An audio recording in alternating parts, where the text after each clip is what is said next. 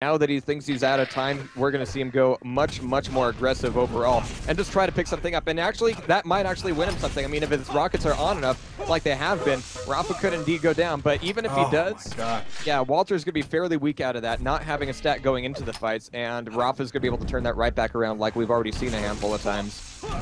You know, had Rafa taken any longer to switch weapons there, it would have been back in the Walter's favor. We have just under 2 minutes remaining in play. Rafa now ahead by 10 frags. Walter's throwing himself straight into Rafa's incoming fire, but, you know. And yeah, he's going to be able to pick one up, but again, I mean, look at this. He's weak. He's very weak. Being down in this fight, he does not need to be here. And he's already kind of saying to himself, I don't have time to go get armor. I don't have time to go get health. I need to make this happen right now. And we're going to see frags traded off, so it's kind of hard to say what the final score is going to be as these guys just kind of go at it tooth and nail, but at the end of the day, Rafa's going to be on top. You know, and I'm wondering if this is the first match of the day. Rafa was warming up against Our just moments before this match, and I'm wondering if that sort of has had an impact on how Rafa's doing. Maybe he's not feeling quite as warmed up. Because Walter certainly gave Rafa a run for his money until about that, what? 10-minute mark? Yeah. Yeah. I mean, at the 8-minute mark, it was Walter in the lead, I believe. So we're definitely seeing some signs of Walter. The reason why he's so much fun to watch, he really does have some fantastic talent. And, you know, I'm looking forward to, especially on the next map, it's not something that players have picked at all. It's going to be the very first time we've seen it. And I'm wondering, you know, this strikes me as the kind of thing that Walter might know this map really well, and maybe Rafa won't. So we may see this thing pushed to a third map, considering how this... that does sound like the thing. The redheaded stepchild map. Yeah, yeah. Might play out, you know? We'll have to see. You know, birds of a feather. But yeah, just about 10 seconds left here, and yeah, I mean, we've seen frags from both sides here, but it's been very tit for tat. Nobody's really gotten full control of this, and this has gotten messy. But Rafa has pulled himself up along far enough to net himself a nice 10 frag lead at the beginning of the map. And not a bad play at all, but once he started slipping, you know, he really didn't focus on getting anything back. Sometimes oh yes, the server has HTTP downloads. Yes. Thank you. Oh, so you don't have the forlorn hope? Yeah, don't make fun of me. No, why would I? No one even wanted to play this thing. Alright. But hey, Maverick server. I have it. HTTP downloading enabled. +1 for sure. Walter is not ready. I told him that you're a nub without the map and we should just go. Hey. I'm in here already. Oh. Well. Yeah. Lucky you. I downloaded it in 2 seconds, yo. Really? I had a really slow connection. Of course, I was... Really? Yeah. Yeah, of course, it isn't like limited. You have to like set a value or something to tell it to take over more of your connection or something. Ready? Yeah, we're ready. All right, guys, we're going live in 5. 3, 2. Should be good times. All right. Once again, I'll follow Raph out of the gate. Now, of course, the fact that I have this map doesn't mean that I know it. This will be kind of fun to talk about. Yeah, a match and a review all at once. Yeah. It does have a lift, though. I do like the fact that a lot of the CPM flavored maps do still have lifts a la Quake 2. One of the things I always thought was very important from a tactical point of view. What it comes down to is that it's an escape route. You block off a route from your opponent for a little bit of time and give yourself some space. But nade to the face! Walter's going to be taking one right off the bat. Rafa, as always, more than happy to use the rocket jump at just the right time in order to seal the deal. But back down at red armor is going to be a fairly risky place for him to be right now, even though Walter has absolutely nothing to his name except for that plasma gun just a few seconds ago. Finally picked up a rocket launcher, but he's very weak right now. Walter's actually not looking all that sure about the map himself. Yeah, I'm actually going to hop over to Walter and take a look and see how he's faring. And oh, just before the yellow armor, you know, see, this is, you know, this is one of my worries. I was hoping that Walter would be the guy that would be like, you know, let me know the random map and I'll just call it for everyone that I play. But Instead, it looks to be a bit the opposite. Rafa there getting a free frag pretty much because Walter walked in with no weapons. Rafa, of course, it does look like he's at least learned his way around the map and can feel pretty comfortable about it. So I didn't see too much drama about this map being chosen on the ESR post. Of course, most of ESR was just about comparing Quake Live to Quake 3, which was kind of irrelevant in my opinion. But we still have Rafa catching out Walter at red armor, and you can see the immense amount of trap potential that is, but Rafa is still going to be eating a little bit of damage. Last rocket's going to make it happen, but dropping down to, oh, nice bounce, to the same level. I always like how Rafa, after he throws off that last rocket, it's like, all right, I know this is going to hit, and he's already turned away, and he's already, you know, going elsewhere. Yeah. Oh, yeah. I saw a mega health behind Walter. Yeah. In the wild. All right, Walter getting on the board the second time, 2-7. And Rafa picking up a mega health. He's going to be top map.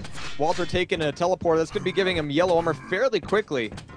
But now he's got to find Rafa, and being back in this corner, I mean, he has a few escape routes open to him, but he's not going to be able to find a great way to do a lot of damage to Rafa. Following Rafa out of the teleporter, going to be dangerous to him, even though I do like the little bridge there. That actually gives Walter some nice opportunities to get some height advantage on him. But Rafa is going to be catching Walter at red armor. Walter needs to find where that lightning gun spawns. I mean, seriously, he was walking around with just rockets for such a long time. You could tell that he wanted to pick a fight, but you really can't do that on a map like this where it's largely open and you've got a pretty good distance between you and your opponent. So, I mean, you know, here's well, Walter knows where it spawns. It spawns right on Rafa's corpse. Just need to kill him first. Yeah, make sure he has it out. It's like a pinata. Well, yeah. Rafa finally waiting for the mega. Took quite some time. Didn't really have it time. And Rafa's actually doing a very good job here of just kind of keeping his head down, keeping a lot of these unsafe angles off of his opponent's arms.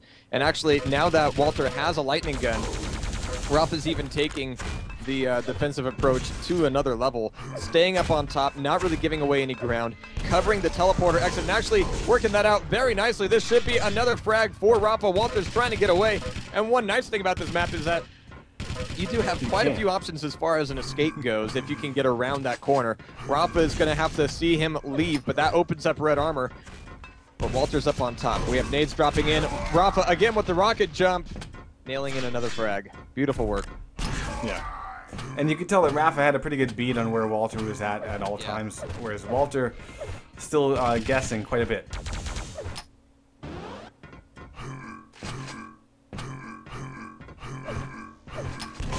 And Rafa, I mean, it looks like he's really focused less about the items right now, more about keeping the top of the map. I mean, when he dives down for red armor, he makes a pretty quick route back on over to the teleporter. Does not want to be caught down with his pants down for very long, but now he's going to get a little bit trapped to the stairs. Walter's going to leave the fight, though. He's going to be leaving the situation. Question is, what is he going to gain after leaving that? I mean, it looks like he's leaving a lot of the map open for Rafa to kind of go around and shop for items.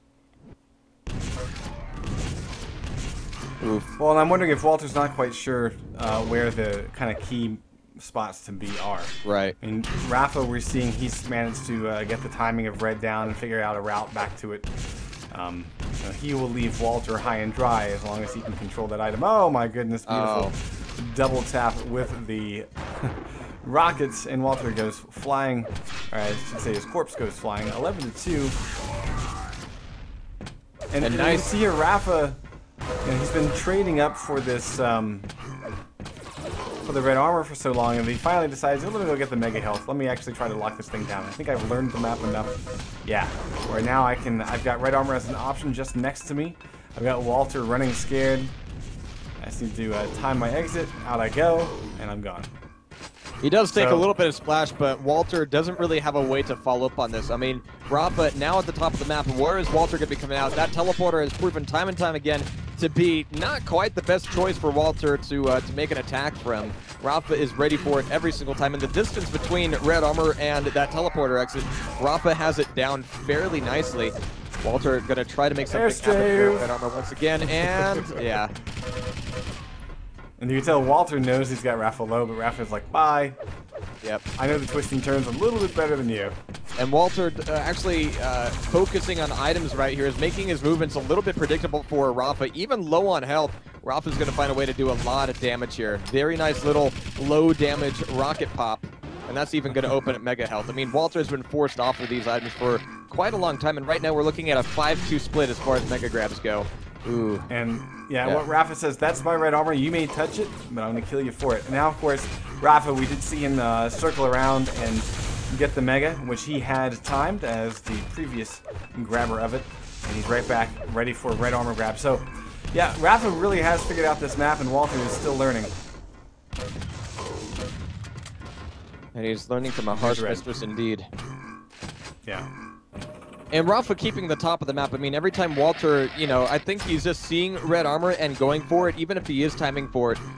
He's not really taking into account that, okay, that red armor, you don't want to exactly be on time every time because your opponent will be there too, and he's got such a huge advantage. I mean, red armor being a trap on the Blood Run ZTN, this is that times, you know, fourfold at least, and Rafa's really been taking advantage of that. Actually, taking a look here at the grab stats, Rafa's gotten 9 of the red armors, while Walter's actually gotten away with 7 of them.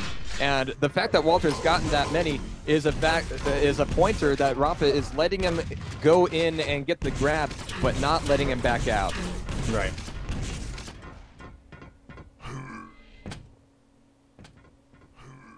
Rafa's pretty weak here, but sets the trap perfectly. Walter takes the dive, and down he goes.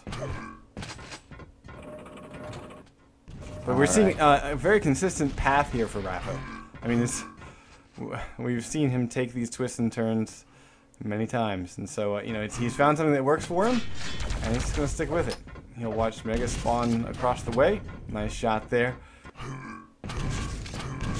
And we're back to the red armor area. Actually, this isn't a bad map at all. I'm kind of surprised that it hasn't been called more often. Yeah, it's got some fun to it. It actually reminds me a little bit of a Quake 1 single-player map more than anything else, with the gates and the lifts and everything. Actually, it's reminding me somewhat of Battleforged, just the way it's laid out. A little bit. But I do like before Battle. Oh yeah, okay, never mind. Yeah, I was thinking of. Yeah, Battleforged is still a relatively new map. But the way that you see the dualistic nature of the 2 levels here. I mean, really, there's like, you know, 3 levels, but really there's just the high ground and low ground, and the low ground has better pathing through everything. But the high ground obviously has a lot of the advantages, especially on top of red armor. And even through the grate here, Walter's been taking a lot of damage. And that lift is actually going to be a death trap for him. Now, Rafa picking that fight at the U-shaped corridor won't be able to quite get out of there alive. But both of them spawning next to each other. It's going to be MG on MG. That's going to leave Walter rather weak. So it's going to be a freebie frag. But I think that's going to be all he's going to get away with. Yeah. Rafa, of course, again, holding on to that upper ground means he will be able to secure a frag and the red armor. Careening towards Mega, going to try to stop Walter from getting it, and yes, he has done so. So now we can, I think the first time we can actually say that there's some kind of control in this map, as we're 10 minutes into it. Absolutely, and even Mega Health being at the top of the map isn't exactly a strong position either. I haven't seen too many angles played by Rafa from below with Walter going up towards Mega, but I would venture to say that there would be a spot where you could rein in the rockets and the LG. LG especially intimidating there, because both routes to that Mega Health are fairly long and open, and it's just going to be a shooting gallery the entire time you're heading up there. So at this point, I think we can start talking about. I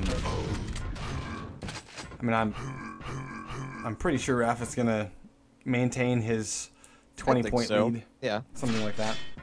So that does set us up very beautifully for 0-4 versus Rafa in the first semifinals. Absolutely, and I want to emphasize something that you said, something that we were talking about yesterday. You mentioned it also again today, which is that I think a lot of people wanted to see this matchup for the Intel Extreme Masters. Of course, that we were robbed of that potential when 0-4 could not make it to New York. Of course, we're going to be seeing it in Quake 3, but in some ways, I almost feel like that's even more fitting. Yeah.